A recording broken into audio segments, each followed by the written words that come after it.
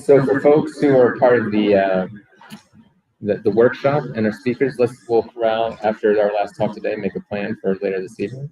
Everyone else will meet again here tomorrow at 1 p.m. for 4 more talks, but this is our last talk today. I'm happy to introduce Ahmed Elgammal. He's a professor in the Department of Computer Science at Rutgers University and director of their Center for Art and AI there. And he's written widely on the topic of art and AI-generated art. So welcome, Dr. Elgammal. If you could just speak into this one.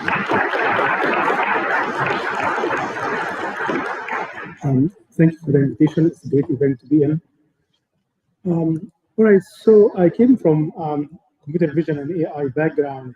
So in computer vision, when we look at images like that, we'll be very happy if the machine can recognize there's a man, there's a woman, there's a tree, there's a fruit. That's basically what computer vision can do till now. But we understand that when we look at art, there are much more than that. When we look at art, there are layers and layers of understanding and emotional effects that happens when we look at art. And I believe that basically since the ultimate goal of AI research is to make machines that have perceptual, cognitive, and intellectual abilities similar to those of human, analysis of painting, whatever analysis means, involve actually several challenging tasks that combine these 3 abilities.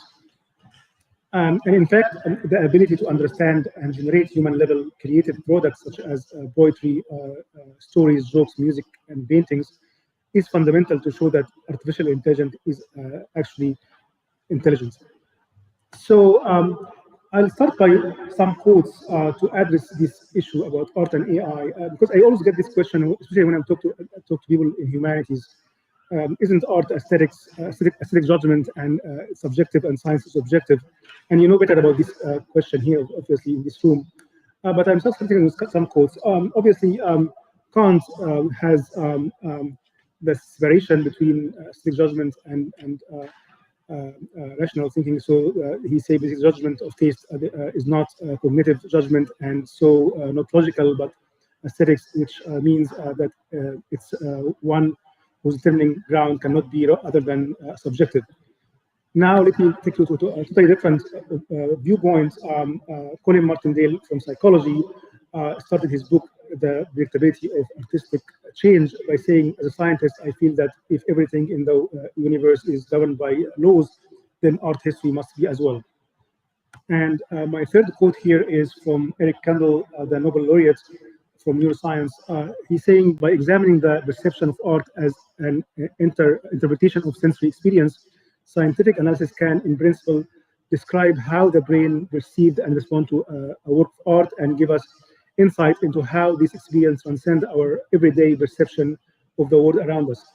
Can any aspect of art, which is a creative, subjective experience, be studied objectively? And finally, my last quote is from an art historian, George Kobler, in his book, The Shape of Time. He will say basically art history could prove to contain unexpected potentiality as a predictive science. So I start by these 2 quotes to give you the spectrum of how people think in different disciplines about art. And I'm trying to shed some light on what are the implications of looking at art through the eyes of the machine, in particular through AI. So that's why I established the Art and AI Lab at Rutgers about 10 years ago. And over the years, we have been researching many problems. I'm going to talk about just a couple of them today. Things from looking at art and try to build the basic knowledge of what's a genre, what's subject matter, what is style, what is artist style, understanding influences between artists, building models for creativity, understanding the evolution of art history, and other things. So today I just focus on some examples of analysis of art and synthesis of art, which basically represents the art producing sense system and the art observing system. In general, when you talk about art, if you talk about artists or art historian, they have a specific language to talk about art. To talk about elements of art, principle of art, things like space, texture, shape, color, movements, unity, and things like that. So one of the things that I've been working on extensively is how to encode visual elements of images of art, such that we can quantify each of these elements, so we can make some reasoning about art and understanding about art. In particular, one of the major concepts of art is style. So here you see one subject matter, which is the Last Supper, and depicted by different artists over the ages differently. So why artists change their style over time? That's really a big question that will always fascinate us. Why artists change the way they formally depict the same subject matter. So a long time ago, we started by looking at a simple problem of art style classification. Can you give the machine an artwork and the machine can tell you whether that's Renaissance or Baroque or Impressionism, some very traditional supervised learning problem. So we spent a lot of work on understanding this problem. And the bottom line is that the machine can classify styles. You can give the machine an art image of an artwork, and it can tell you it's an Impressionism, it's Cubism. It can do that 12x the random guess. So the machine can do that. So what? So why that's even important? So when you talk to art historian, they will tell you that that's not really that's important in art history, or doesn't tell you anything. For us in AI, that's a great achievement. So what's really matter is basically the question is what characterizes the evolution of style change over time, and what factors drive these changes of art style over time as well. So these are the questions that we try to answer. And we're trying to build a computational model that can help answer these questions. And as a summary of what I'm going to talk about today, I want to talk about basically two things that characterize the evolution of art style over time that we can show using AI. Basically sequencing and ordering, and other thing called prime object and replica mass. And in terms of the factor that drives change in art history, I want to point to one psychological factor, which is habituation and innovation. So let me start by, again, style classification. If the machine can classify style, if the machine can tell artwork is a Renaissance or Baroque, then that implies that the machine has learned an internal representation that includes some feature, some discriminated feature through its visual analysis of paintings. However, usually the machine learns visual features that are very hard to interpret by humans. So what we did is we look at many different deep learning algorithms that we train them to classify styles, a lot of deep learning architectures. And what we did is that we tried to look at the activation when you give these networks, after you train them to classify style, if you give them an image and look at the activation internally here, and try to analyze this activation through different statistical and data learning, data science approaches like principal component analysis, independent component analysis, activation manifolds, correlation with time, and also correlation with some art historian methodologies, and try to understand what the machine has learned exactly. And we find very interesting things. Here, for example, when you look at the activation of these networks, we find something very consistent. When we look at the last 500 years of art history, Western art history in particular, we find that the machine can learn a representation where 75% of the variants are basically encapsulated in two variables, where two variables really can explain all what happened formally in art history in the last 500 years. And here I'm showing an example of a plot where every dot here is an artwork. And this is how the machine see the evolution of art history. Here's one thing interesting. We train these networks only by one information, which is the style label, whether the art is Renaissance, Baroque, Impressionism, Cubism, one style label. We never tell the machine when the art was made. We never tell the machine that Renaissance happened before Baroque. And with the interesting thing, if you look at the color coding here, starting from 1400 all the way to 2000, the machine has learned a representation that is chronologically correct. So the machine actually arranged art history in this representation in a correct historical order. So that's really fascinating. And how come the machine find that? What does that tell us about progress of art history? So if you actually look at the correlation over time, with time, when you go clockwise in this representation, you can find very high correlation with time. And this is something consistent in all the models that we have trained, not only one model, but any model we trained have that. So this is something fundamental about art history itself, which is basically resonates with some hypotheses in art history, where basically it's saying that change in style has to go in step by step. Heinrich Wolfram, one of the beginning art historians, said basically change in style has to go like a rock going downhill. One thing has to happen before the others. So it cannot happen like Renaissance happened and then Impressionism comes after it. Many things have to happen between them until something develops. These are some things that we can actually quantify and measure using now AI. So the question is, what are these two factors? What are these two factors that really explain 75% of the variance of Western art history? So we did some correlation between these two factors and some of the methodologies of art history that they use to tell difference between art movements. And we find always in all the networks and deep learning models that we trained, the first factor that correlates with what's called recessional versus planar, whether the art is flat or there is depth, 3-dimension basically in the art. And the other aspect is basically whether art is linear or painterly.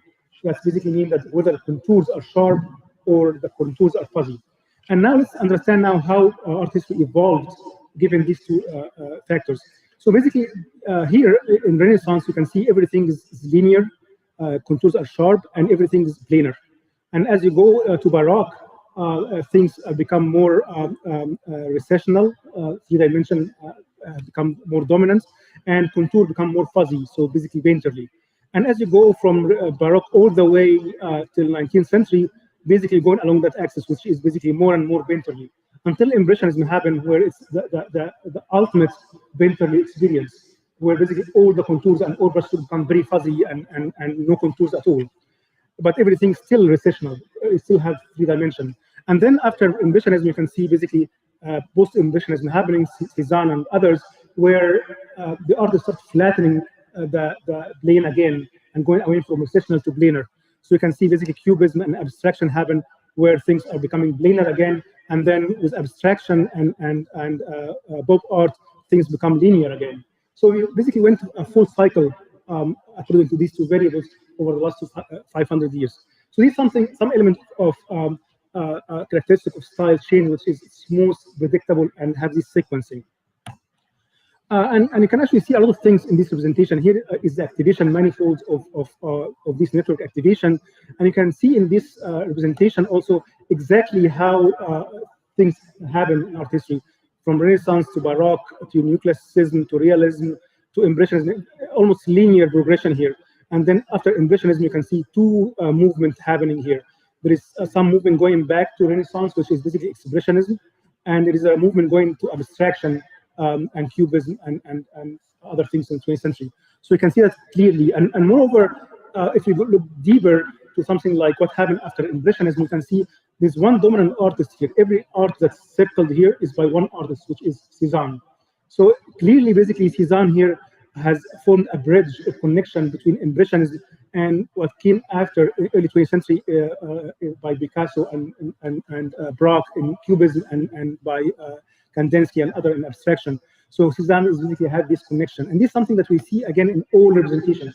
You can also see here this is Cézanne and how it connects Impressionism to Cubism and abstraction. Very, very clear, something you can see very clear in the data when you analyze it. And again, this is something you can find in any of the historical source. You can basically read in even Wikipedia that Cézanne is said to form the bridge between late 19th century Impressionism and early 20th century basically Cubism and abstraction. So the bridge here is not a metaphor, it's really something that you can actually measure and quantify in the data. So let me now talk about the role of creativity as a characterization of change of style. So in his book, Shape of Time by George Kubler, who's an art historian, he basically derived a theory or a hypothesis about how change in style come around, like why certain style start all of a sudden. And basically he's saying that change in art form takes place through a process what's called style pattern breaks, what he called prime objects or iconic works of art. So artists are working within some style, and then some artists come up with something very iconic and very different. And then comes a replica mass. Other artists start to take notice of that artwork and start copying the new style. And from that comes a new style. So that's his theory. There is prime object and then replica mass. So earlier, before I even read that book, we worked on something to quantify creativity in art networks, which is very related to that.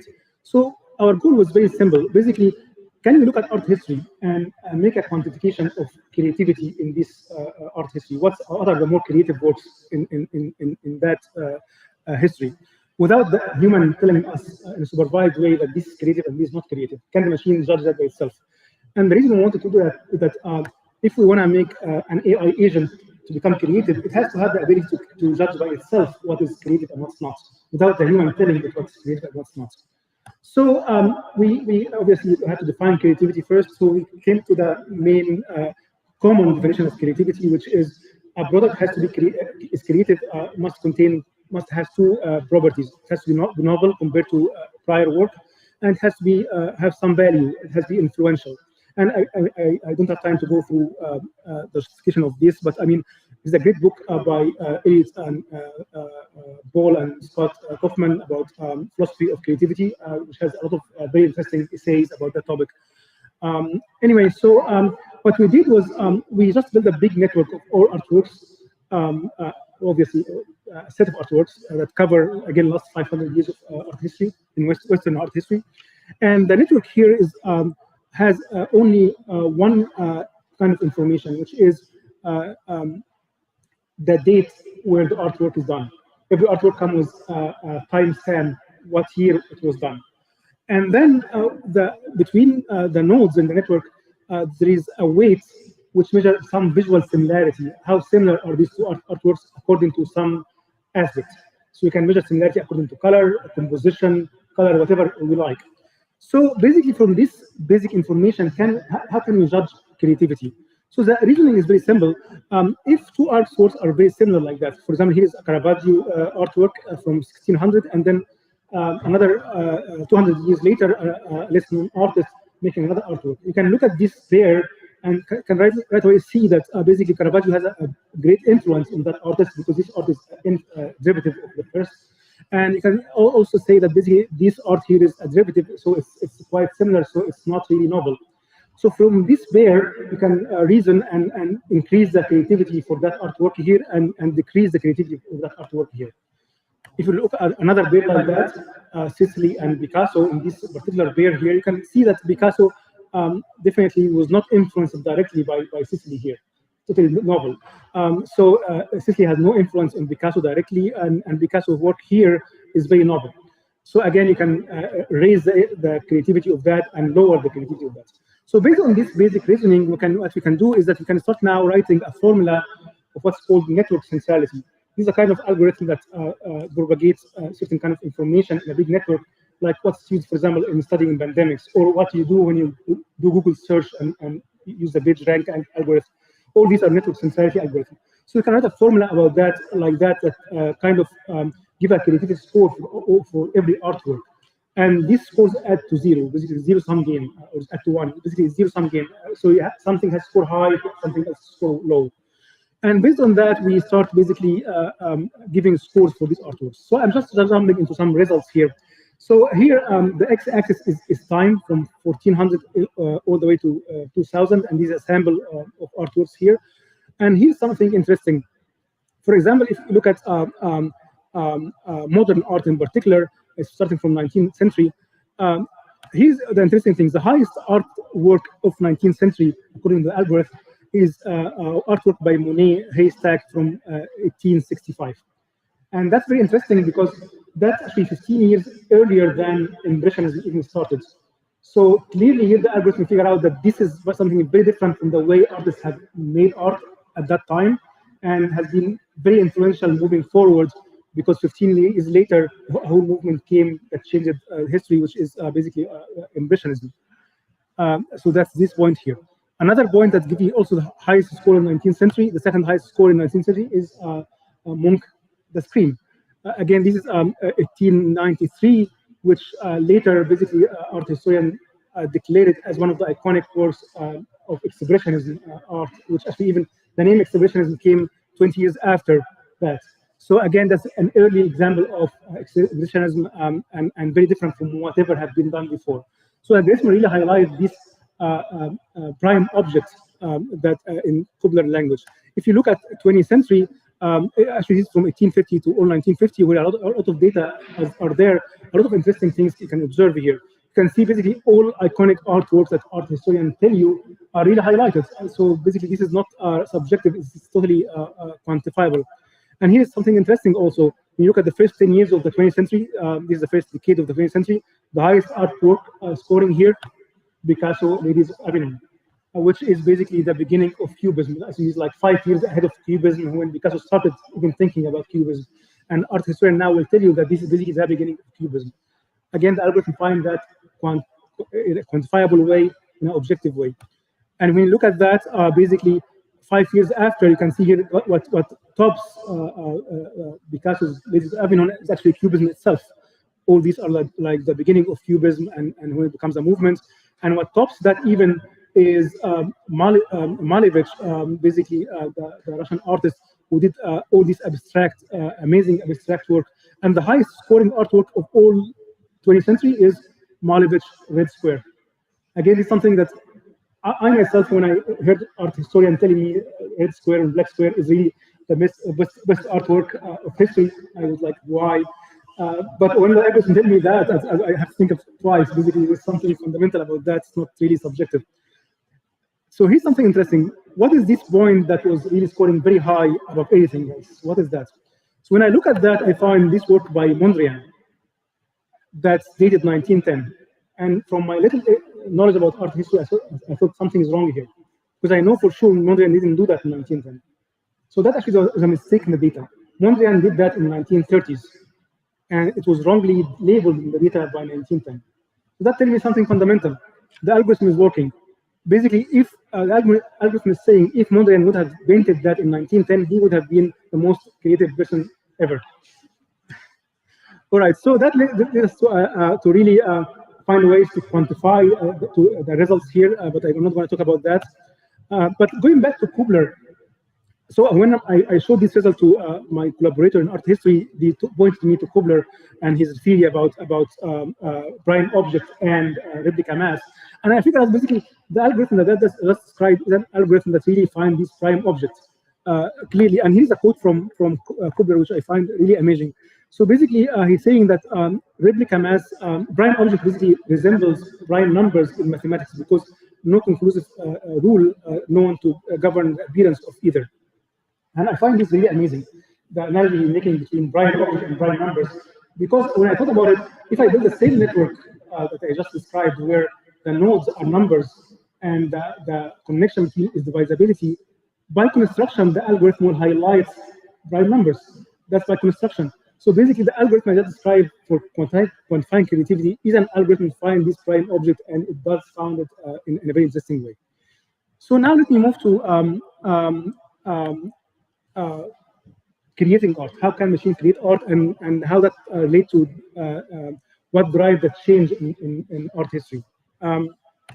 So I was just want to mention that basically the use of AI to make art is as old as AI itself. It's not new.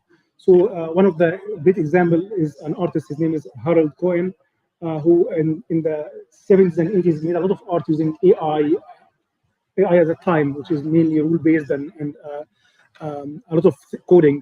And other example is graphic artist Lillian Schwartz. But in the last 5 years, there are a lot of big things happening in using AI to make art. So I have seen things like Google Deep Dream, Style Transfer, and some of our work that we're going to talk about today.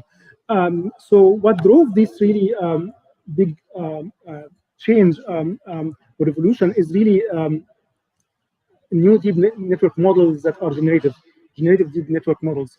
In particular, GANs has been really behind many of these revolutionary things happening in the last 5 years. So what are GANs? I'll try to explain GANs in a very simple way. So the way I explain GANs is, imagine there are two aliens coming from outer space who knows nothing about Earth, and you task them with making pictures of something like flowers.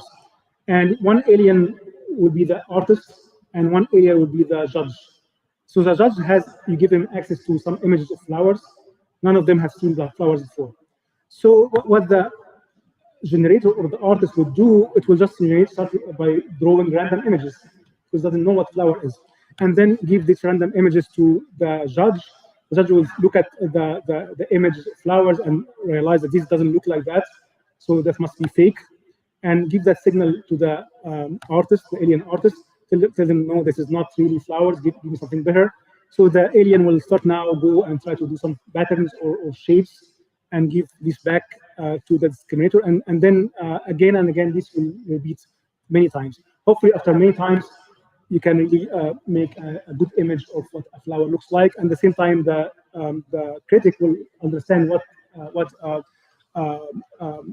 flower is, to the point that they cannot tell anymore whether what he sees is from the alien or an actual flower.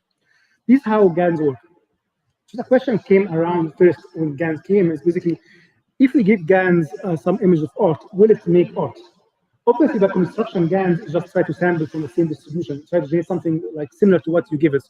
So if you give GANs some images of art, it will emulate art. And that's exactly what happened here when you give GANs images of art. It will try hardly, basically making something that looks like art, like portraits or landscapes or battlefields, things like that. And that's exactly what happened back in around 2017 when GANs came around. A couple of papers came around who tried to make art using GANs by feeding its still lifes or portraits and things like that. Obviously, that's not art. So here an example of what GANs generate if you give it classical portraits. What you see here, GANs generate, actually GANs fails to make a portrait. And in that failure to make a portrait, it's trying, but it's failing. In that failure, it gives something interesting, which is this canny aesthetics, which give us some surprise, which make us interesting in this, or some artists are interested in this. It reminds us of Francis Bacon deformed portraits, but actually, to put this side by side, you realize what's the difference. Francis Bacon has the intention to make these portraits deformed like that, while GANs simply fails in making the portrait as you give it, and from that failure come the aesthetics. So aesthetics of machine failure rather than machine learning. And obviously, you know, there's been a lot of development in GANs the last few years, and now GAN creates photorealistic images like style GANs and things like that, and deep fakes. The question came to me basically, which is given what I have been describing earlier about change of the style, how to move GANs from being just emulative to be innovative? How can we move from just being generative to add this element of creativity to the process? So we create what we call creative adversary network. So what is this? So basically, the theory here comes from some theory in psychology. Is Colin Martinello, which I quoted earlier in the talk.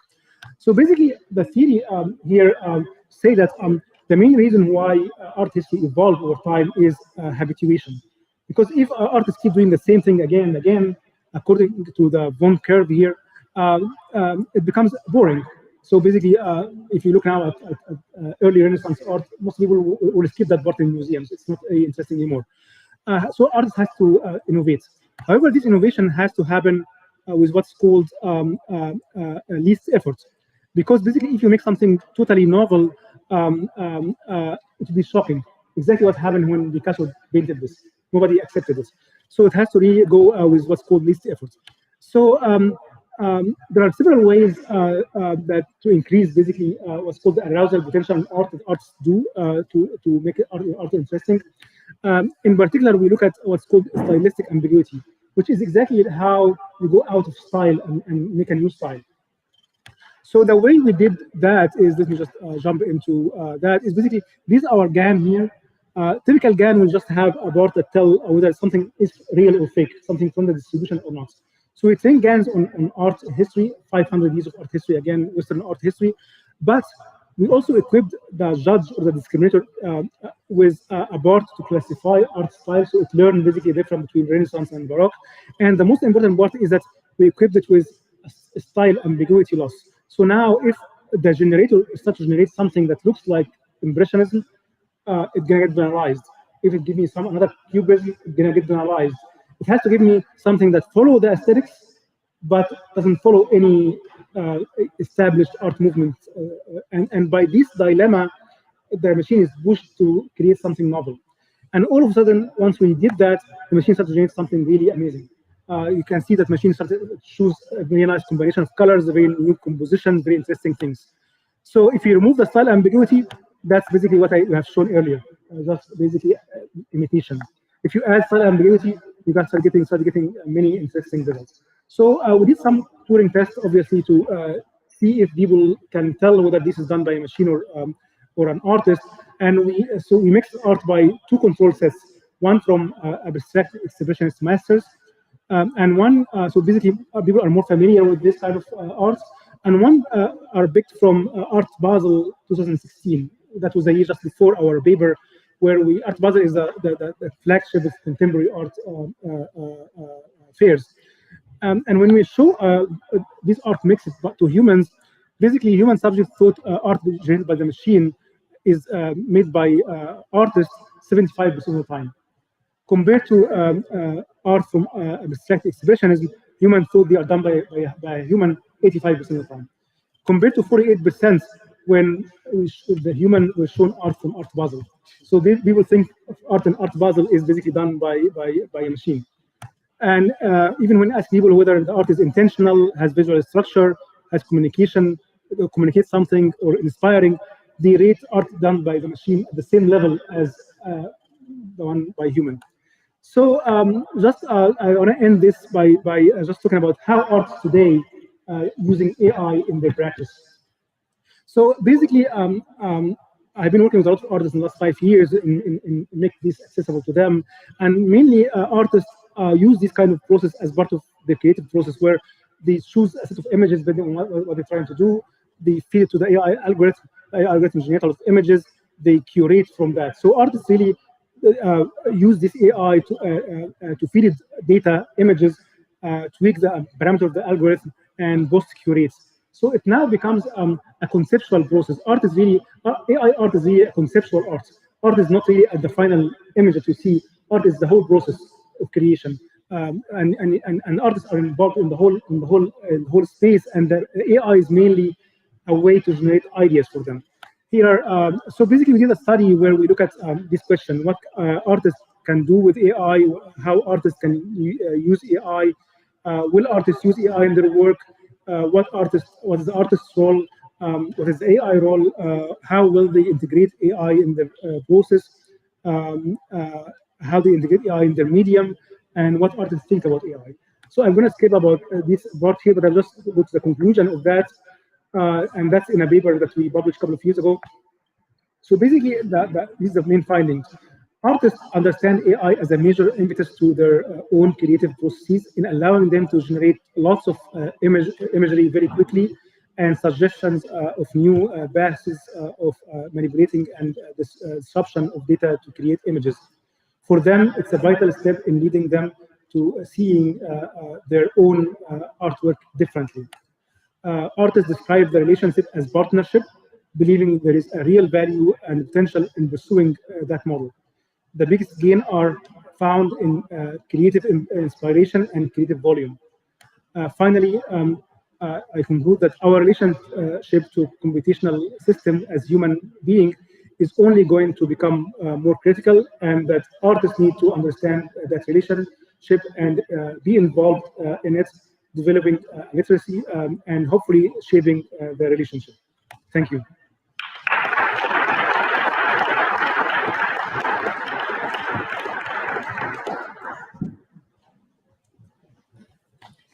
Questions?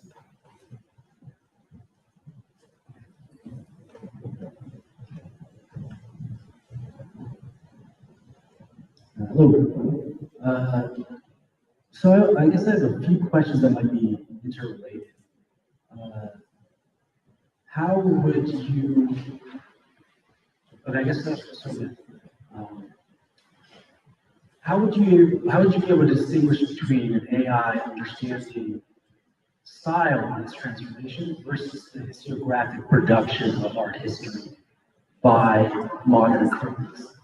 For example, if you have a modernist thinker who's writing an art history book, they will generate this lineage from someone like Cezanne to anyone all the way up to a present-day artist. So how do we distinguish the AI might be telling us actually that we can see not your style change, but your school. So they may be detecting the historiographic nature of what's being taught in art schools and the behaviors that artists are being taught. Because one reason why I'm asking this question is this reminds me of actually the rules you made for the algorithm and the rules you made for AI. remind me of the writing of Pierre Bourdieu. He talks about distinction. He's a sociologist of art. And his rules of distinction actually follow these rules, but he got them from like creating certain kind of cultural biases that Western artists had. So, is AI learning to make artwork, or is AI just learning how to copy art students versus individual artists? Are you talking about the analysis part or the synthesis part? Well, I'm talking about in the construction of how the AI is supposed to behave, and the sample that it's forming from as artworks. For example, like there are many artists making tons of impressionist paintings today, but they're not going to be in the archive because they're considered just kind of defunct by our history. Or artists say relevant to the developmental thesis already in the artist's mind. So we're not going to spend a lot of time talking about impressionism in the year 2019, but it's still one of the most popular art forms. So, when someone thinks of painting, they don't think of, let's say, stuff that contemporary art should be impressionist. But you won't see that represented in 2022. There are a lot of things here.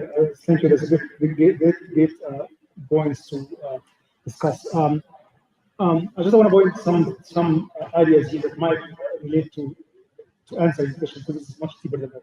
So first, obviously, when we do the analysis of art using AI,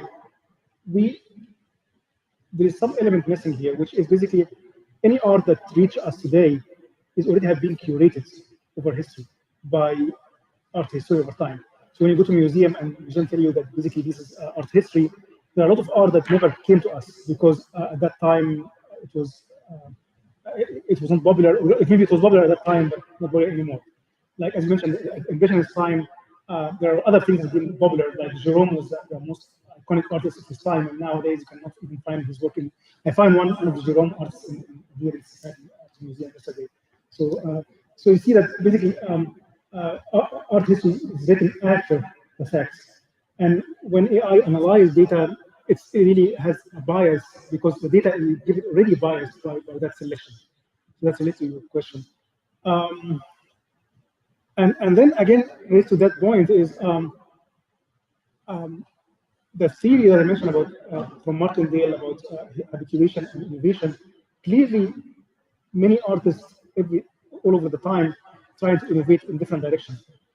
But which one becomes dominant or not, that relates to external aspects. Whether it's the tastemaker at the time, the rich people at the time who pattern that artists included others, or the art market today who decide that this artist should be really the flagship artist or not. So that selection process is something that has to do with social elements beyond the formal element of art, whether it was something interesting or not in that art or not. So and that feedback to the replica mass, because once you selected that as a prime object, other will follow. So there is some aspect here that AI cannot really judge. It's really just doing at the formal level, at the pixel level, not including any of these aspects in any of the studies as well. Thank you.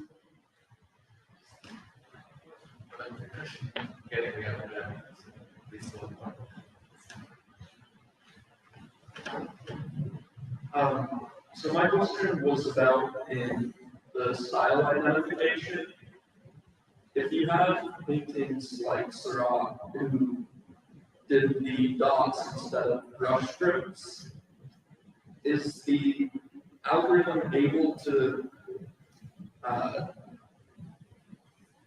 evaluate that, or in context of like identifying where it would fit in stylistically with the timeline of other paintings, or because it was a different method of painting, does that confuse it, I guess? Yeah, that's a good question. There are two things I have to say here.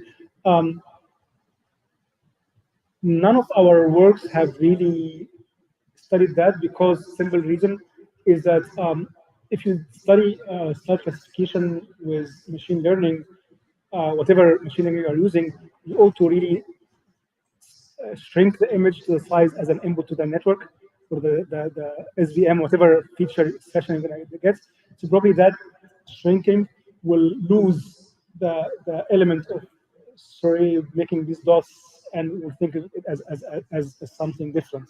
So probably the AI will never see that details, at least at this point. Maybe some other tool can do that kind of analysis. So so that there is always a problem of what kind of feature encoding the AI can do, and what limitation is happening by choice of the AI you are using, and so the art AI that we can deal with today. So that affects basically the precision of our analysis, whether we can answer this question or not. But fundamentally, I see the machine can do that. If the machine provides with enough resolution to see the details, it can definitely find out this art movement of pointillism as a separate art movement from impressionism. I don't see why not, because totally something that AI can find out. Nothing special about that. Okay, we got time for one more. On the heels of this question, at what point, when you sample the pictures, did the resolution, did you cut off this? We're going to sample the pictures at this kind of resolution, and if you go at a higher resolution, or were all the pictures sampled at the same resolution? You know what I mean? That's a great point. Obviously, that's a huge problem. Depending on what application you're talking about, in any of the applications we talked about today, you are really looking at mainly the composition or things that are not really affected much by the scale. For other analysis, things like if you're looking at brushstroke level to do authentication of art, for example, that's very fundamental. Because artworks come in all different sizes, from that size to huge sizes, and digitization also varies a lot depending on how you digitize it. So, and then you feed to an AI that always has a certain limit on its size, so some scaling has to happen here. And that, there are a lot of issues happening here. So there's some analysis that can tolerate that, like what I did today. Everything I did today kind of can tolerate all this variation because it's mainly looking at the composition and other elements. But for other analysis, especially things like authentication and brushstroke level analysis, definitely this is a fundamental problem. Let's thank Elgammal.